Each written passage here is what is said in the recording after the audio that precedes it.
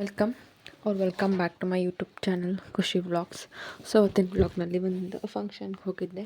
So ಆ ವ್ಲಾಗ್ನ share ಮಾಡೋಣ ಅಂತ ಹೇಳಿ ವ್ಲಾಗ್ ಸ್ಟಾರ್ಟ್ ಮಾಡ್ತಾಯಿದ್ದೀನಿ. ಹಾಗೆ ಡೈಲಿ ವ್ಲಾಗ್ನ ಶೇರ್ ಮಾಡೋಣ ಅಂತ ಕೂಡ. ಸೊ ಅದ್ರ ಜೊತೆಗೆ ಸ್ವಲ್ಪ ಟಿಪ್ಸ್ ಏನಾದರೂ ಆ್ಯಡ್ ಮಾಡಿದ್ರೆ ಚೆನ್ನಾಗಿರುತ್ತೆ ವಿಡಿಯೋ ಕೂಡ ಅಂತ ಹೇಳಿ ಅಂದ್ಕೊಂಡು ಈ ವ್ಲಾಗ್ಗೆ ಅದನ್ನೆಲ್ಲ ಆ್ಯಡ್ ಮಾಡ್ಕೊಂಡಿದ್ದೀನಿ.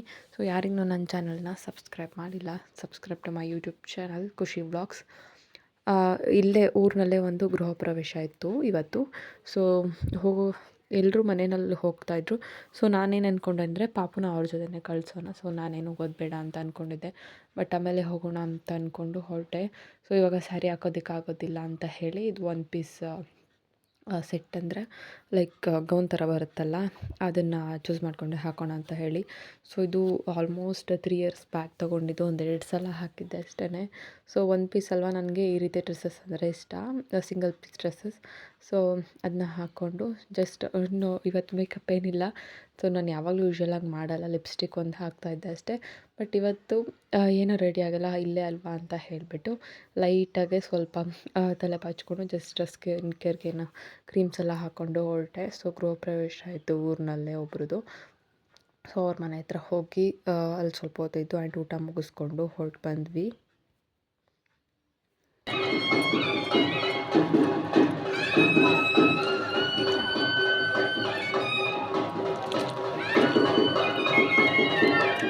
ಸೊ ಪಾಪುನ ಮೊದಲೇ ಕಳಿಸಿದ್ದೆ ನಾನು ಹೋಗೋದು ಬೇಡ ಅಂತ ಅಂದ್ಕೊಂಡು. ಸೊ ಅವನು ಅವ್ರ ಅಜ್ಜಿ ತಾತ ಜೊತೆ ಹೋಗಿ ಬಂದಿದ್ದ. ಅದರಿಂದ ನಾನು ಅವ್ರ ಮನೆಗೆ ಬಂದಮೇಲೆ ನಾನು ಒಬ್ಬಳೇ ಹೋಗಿ ಬರೋಣ ಅಂತ ಅಂದ್ಕೊಂಡು ಇಲ್ಲೇ ನನ್ನ ನೇಬರ್ಸ್ ಜೊತೆ ಅವರು ಹೋಗ್ತಾ ಇದ್ದಲ್ಲ ಅವ್ರ ಜೊತೆನಲ್ಲಿ ಬಂದಿದ್ದೆ. ಸೊ ಒಂದು ಹಾಫ್ ಆನ್ ಅವರ್ನಲ್ಲೆಲ್ಲ ಊಟ ಮುಗಿಸ್ಕೊಂಡು ಆ್ಯಂಡ್ ಅವರು ದೇವ್ರ ಪೂಜೆ ಎಲ್ಲ ಇಟ್ಕೊಂಡಿದ್ರು. ಸೊ ಎಲ್ಲ ಹೋಗಿ ನೋಡ್ಕೊಂಡು ಬಂದೆ. ಆ್ಯಂಡ್ ಮನೆಗೆ ಬಂದಮೇಲೆ ಅಷ್ಟರಲ್ಲಿ ಪಾಪು ಮಲ್ಕೊಂಡಿದ್ದ. ಆ್ಯಂಡ್ ಅವ್ನು ಎದ್ದೇಳೋ ಅಷ್ಟರಲ್ಲಿ ನಾನು ಸ್ವಲ್ಪ ಫ್ರೆಶ್ ಅಪ್ ಆಗೋಣ ಅಂತ ಹೇಳಿ ಮುಖ ತೊಳೆದು ಆ್ಯಂಡ್ ಡ್ರೆಸ್ ಎಲ್ಲ ಚೇಂಜ್ ಮಾಡೋಣ ಅಂತ ಹೇಳಿಬಿಟ್ಟು ಎಲ್ಲ ರೆಡಿ ಮಾಡಿಕೊಂಡೆ. ಆ್ಯಂಡ್ ಸ್ವಲ್ಪ ಕೆಲಸಗಳಿದ್ವು, ಅವ್ನು ಎದ್ದೇಳೋ ಅಷ್ಟರಲ್ಲಿ ಮುಗಿಸ್ಕೊಂಡು ಬಿಡೋಣ ಅಂತ ಹೇಳಿಬಿಟ್ಟು ಮುಗಿಸ್ಕೊಂಡೆ. ಸೊ ಈ ಡ್ರೆಸ್ನ ಆಲ್ಮೋಸ್ಟ್ 3 ಇಯರ್ಸ್ ಆಗಿತ್ತು, ಹಾಕೇ ಇರಲಿಲ್ಲ. ಸೊ ನಾನು ಅದನ್ನು ಸ್ಟಿಚ್ ಮಾಡ್ತಿದ್ದೆ ಡ್ರೆಸ್ನ, ಅಂದರೆ ನನಗೆ ಲೂಸ್ ಇತ್ತಲ್ಲ, ಸೊ ಸ್ಟಿಚ್ ಮಾಡಿಸಿದ್ದೆ. ಇವಾಗ ನನಗೆ ಅದೇ ಕರೆಕ್ಟಾಗಿ ಆಗುತ್ತೆ. ಸೊ ನಾನು ನಾರ್ಮಲ್ ಸೈಜಿಗೆ ವಾಪಸ್ ಹೋಗಿದ್ದೀನಿ ಅದೇ ವೆಯ್ಟ್ಗೆ ಅಂತ ಹೇಳಿ. ಸೊ ಪಾಪು ಕೂಡ ಇದ್ದ. ಅವನೇನಂದರೆ ಈ ರೀತಿ ಏನಾದರೂ ವೀಡಿಯೋ ಕ್ಯಾಪ್ಚರ್ ಮಾಡಬೇಕಾದ್ರೆ ಅವ್ನು ಕಾಣ್ತಾನಲ್ಲ, ಸೊ ಅವ್ನಿಗೆ ಬೇರೆ ಮಕ್ಕಳಂದರೆ ಇಷ್ಟ ಅಲ್ವಾ. ಸೊ ಅದನ್ನ ನೋಡಿಬಿಟ್ಟು ಪಾಪು ಬಾ ಬಾ ಅಂತ ಹೇಳ್ತಾ ಇದ್ದ. ಸೊ ಅದನ್ನ ಸ್ವಲ್ಪ ಶೂಟ್ ಮಾಡ್ಕೊಳ್ಳೋಣ, ಮೆಮೊರೀಸ್ ಥರ ಇರುತ್ತೆ ಅಂತ ಹೇಳಿಬಿಟ್ಟು ಅದನ್ನ ಸ್ವಲ್ಪ ಶೂಟ್ ಮಾಡಿಕೊಂಡೆ.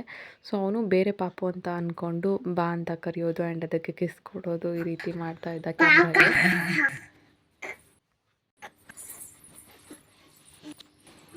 ಯಾರು ನೋಡಲಿ ಬೇಬಿ ಮುಂದೆ ಯಾರು ಬೇಬಿ ಎಲ್ಲ ಇದ್ದು ಬೇಬಿ ಎಲ್ಲ ಇದ್ದು ಬೇಬಿ ನೀನು ಬೇಕವಲ್ಲಮ್ಮ, ನೀನೇ ಅದು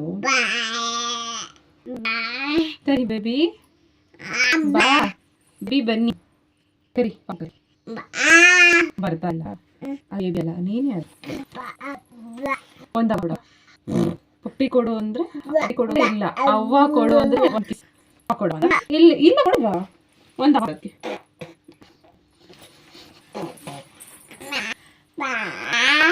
ಬೇಬಿ ಅಲ್ಲಮ್ಮ ಅದು ನೀನೇ.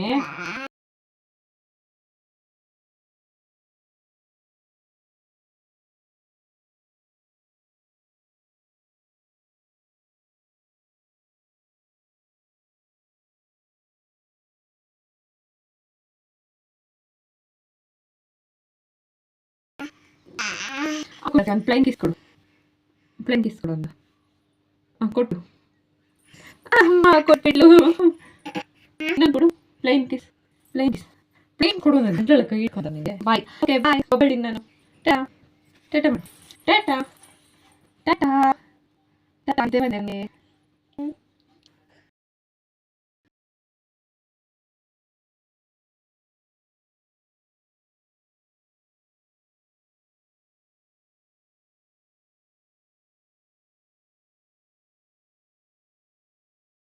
ಸೊ ಇವತ್ತು ಬೆಳಗ್ಗೆನೇ ನಾನು ನನ್ನ ಹಸ್ಬೆಂಡ್ ಇಬ್ಬರು ತೋಟದ ಹತ್ರ ಹೋಗಿದ್ವಿ. ಅಂದರೆ ತುಂಬ ಬೇಗ ಹೋಗಿದ್ವಿ ಇವತ್ತು. ಪಾಪುನ ಅವ್ರ ಅಜ್ಜಿ ಹತ್ರನೇ ಕೊಟ್ಬಿಟ್ಟು ನಾವು ಸುಮ್ಮನೆ ನಾರ್ಮಲಾಗಿ ಹಾಗೆ ಹೋಗಿದ್ವಿ.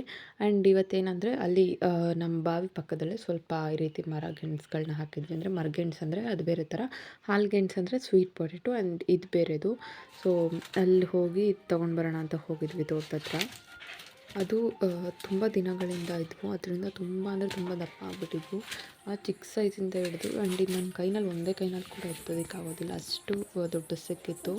ಎಲ್ಲ ನೀಟಾಗಿ ಕ್ಲೀನ್ ಮಾಡಿ, ಅಂದರೆ ತೋಟದ ಹತ್ರ ಎಲ್ಲ ಕ್ಲೀನ್ ಮಾಡಿದ್ವಲ್ಲ, ಮೇಲ್ಗಡೆ ಇರೋ ಕಡ್ಡಿಗಳನ್ನ ತೆಗೆದ್ರೆ ಕೆಳಗಡೆ ಸಿಕ್ಕಿತ್ತು. ಸೊ ಅದನ್ನೆಲ್ಲ ಕ್ಲೀನ್ ಮಾಡಿ ತಗೊಂಡು ಬಂದ್ವಿ. ಇಷ್ಟು ದೊಡ್ಡ ಸಿಕ್ತು. ಆ್ಯಂಡ್ ಇನ್ನೂ ಜಾಸ್ತಿ ಸಿಕ್ಕಿದ್ವು. ಅದನ್ನೆಲ್ಲ ಇಲ್ಲೇ ಸ್ವಲ್ಪ ನೈಬರ್ಸ್ಗೆಲ್ಲ ಕೊಟ್ವಿ. ಅಂದರೆ ರಿಲೇಟಿವ್ಸ್ ಎಲ್ಲ ಇದ್ರಲ್ಲ ಅಕ್ಕಪಕ್ಕದ ಮನೆಯಲ್ಲಿ.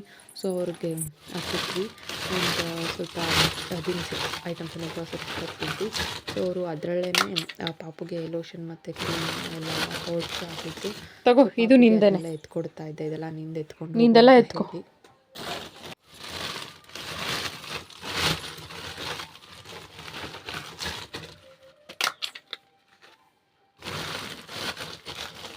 ತಗೋ, ಇದು ನಿಂದೇನೆ, ನಿಂದೆಲ್ಲ ಎತ್ಕೊ.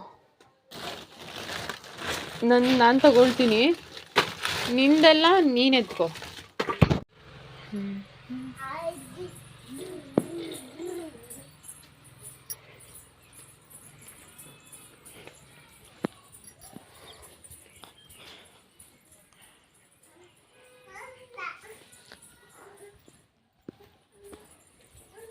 ಎಲ್ಲಿದ್ದಾವೆ ಕಾಯವು? ಚೆನ್ನಾಗಿಲ್ಲ, ಚೆನ್ನಾಗಿಲ್ಲ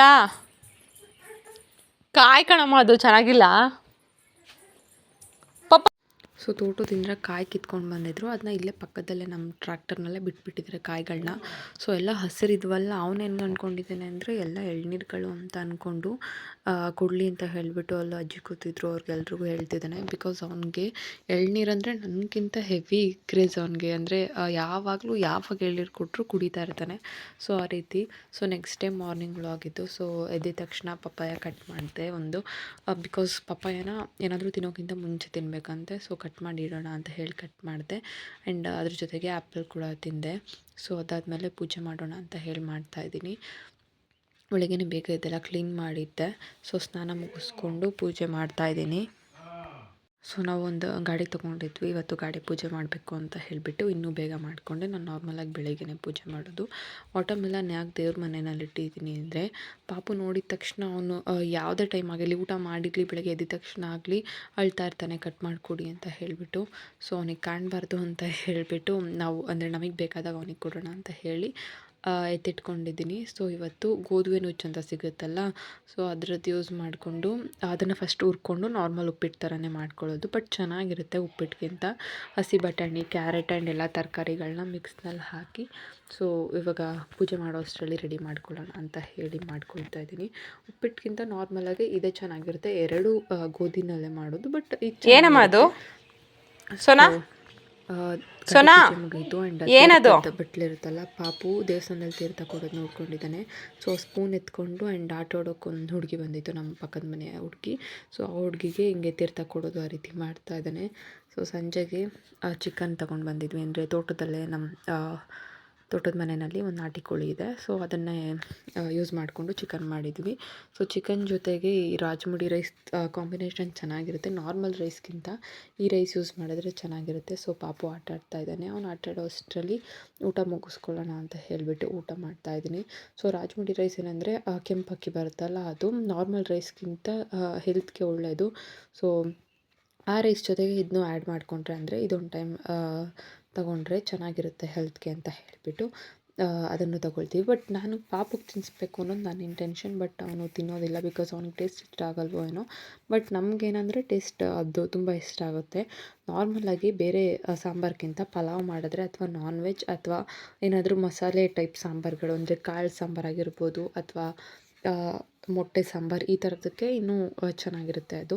ಸೊ ಟಿಪ್ ಏನಂದರೆ, ಇವಾಗ ನಾನ್ ವೆಜ್ ಅಡುಗೆ ಮಾಡಿದ್ನಲ್ಲ ನಾನು, ಸೊ ಊಟ ಮಾಡಿರ್ತೀವಲ್ಲ ಆ ಪಾತ್ರೆಗಳು ತೊಳೆದ ಮೇಲೂ ಕೂಡ ನಾವೇನೇ ಸೋಪ್ ಅಥವಾ ಲಿಕ್ವಿಡ್ ಯೂಸ್ ಮಾಡಿ ತೊಳೆದ್ರೂ ಸ್ವಲ್ಪ ಹೊಲ್ಸು ಅಂದರೆ ಒಂಥರ ಫಿಶಿ ಸ್ಮೆಲ್ ಬರ್ತಾ ಇರುತ್ತೆ. ಸೊ ಅದಕ್ಕೆ ಏನು ಮಾಡೋದು ಅಂದರೆ, ಈಗ ಸೋಪಿನ ಬೌಲ್ ಇರುತ್ತಲ್ಲ ಅದಕ್ಕೆ ಒಂದು ಆಫ್ ಅಥವಾ ಕಾಲು ಭಾಗದಷ್ಟು ನಿಂಬೆ ಹಣ್ಣಿನ ರಸನ ಹಿಂಡ್ಕೊಳ್ಬೇಕು. ನಿಮ್ಮ ಪಾತ್ರೆಗಳು ಎಷ್ಟು ಕ್ವಾಂಟಿಟಿನಲ್ಲಿರುತ್ತೋ ಅಷ್ಟು ಕ್ವಾಂಟಿಟಿಗೆ ತಕ್ಕಂತೆ ಹಾಕ್ಕೊಳ್ಳೋದು. ಸೊ ನಾನು ಬರೀ ಊಟ ಮಾಡಿದ್ದಕ್ಕೆ ಮಾತ್ರ ಯೂಸ್ ಮಾಡ್ಕೊಳ್ತಾ ಇದ್ದೀನಿ, ಅಂದರೆ ಪ್ಲೇಟ್ಸ್ಗಳಿಗೆ ನಾನು ಸಪ್ರೇಟ್ ಇಟ್ಕೊಂಡ್ಬಿಡ್ತೀನಿ. ನಾನ್ ವೆಜ್ ಊಟ ಮಾಡಿದ್ದು ಆ್ಯಂಡ್ ಅದರ ಊಟ ಮಾಡಿದ್ದು. ಬಿಕಾಸ್ ನನಗೇನಂದರೆ ತೊಳೆದಿಟ್ಟ ಮೇಲೂ ಆ ರೀತಿ ಮತ್ತೆ ಊಟ ಮಾಡೋಕ್ಕೆ ತಗೊಂಡಾಗ ಸ್ಮೆಲ್ ಬಂದರೆ ನನಗೆ ನೆಕ್ಸ್ಟ್ ಊಟ ಮಾಡೋದಕ್ಕೆ ಆಗೋದಿಲ್ಲ, ಅಷ್ಟು ಒಂಥರ ಇರಿಟೇಟ್ ಆಗುತ್ತೆ. ಸೊ ನಾನು ಆ ರೀತಿ ಮಾಡಿಟ್ಕೊಳ್ತೀನಿ, ಅದರಿಂದ ಚೆನ್ನಾಗಿರುತ್ತೆ ಅಂತ ಹೇಳಿ. ಸೊ ಇದೇ ಟಿಪ್ ಹೇಳಿದ್ದು ನಾನು. ಸೊ ಇವತ್ತಿನ ವ್ಲಾಗ್ನಲ್ಲಿ ಇದನ್ನೆಲ್ಲ ಶೇರ್ ಮಾಡಿದೆ. ಸೊ ನಾನೇನು ಕೆಲಸ ಮಾಡ್ತಾಯಿದ್ದೀನಿ ಆ ಕೆಲಸದ ಬಗ್ಗೆ ಯೂಸ್ ಆಗೋ ಟಿಪ್ ಅಲ್ವಾ. ಸೊ ಅದೇ ಕೆಲಸ ಮಾಡ್ತಾ ಆ ಇನ್ಫಾರ್ಮೇಷನ್ ಹೇಳೋಣ ಅಂತ ಅಂದ್ಕೊಂಡು ಆ ಕೆಲಸ ಮಾಡಿಕೊಂಡೇ ಆ ಟಿಪ್ ಹೇಳಿದೆ. ಸೊ ವ್ಲಾಗ್ ಇಷ್ಟ ಆಗಿದ್ದರೆ ಲೈಕ್ ಮಾಡಿ, ಶೇರ್ ಮಾಡಿ, ಕಮೆಂಟ್ ಮಾಡಿ. ಹಾಗೆ ಯಾರಿನ್ನೂ ನನ್ನ ಚಾನಲ್ನ ಸಬ್ಸ್ಕ್ರೈಬ್ ಮಾಡಿಲ್ಲ, subscribe to my YouTube channel Khushi vlogs. Thank you for watching my video.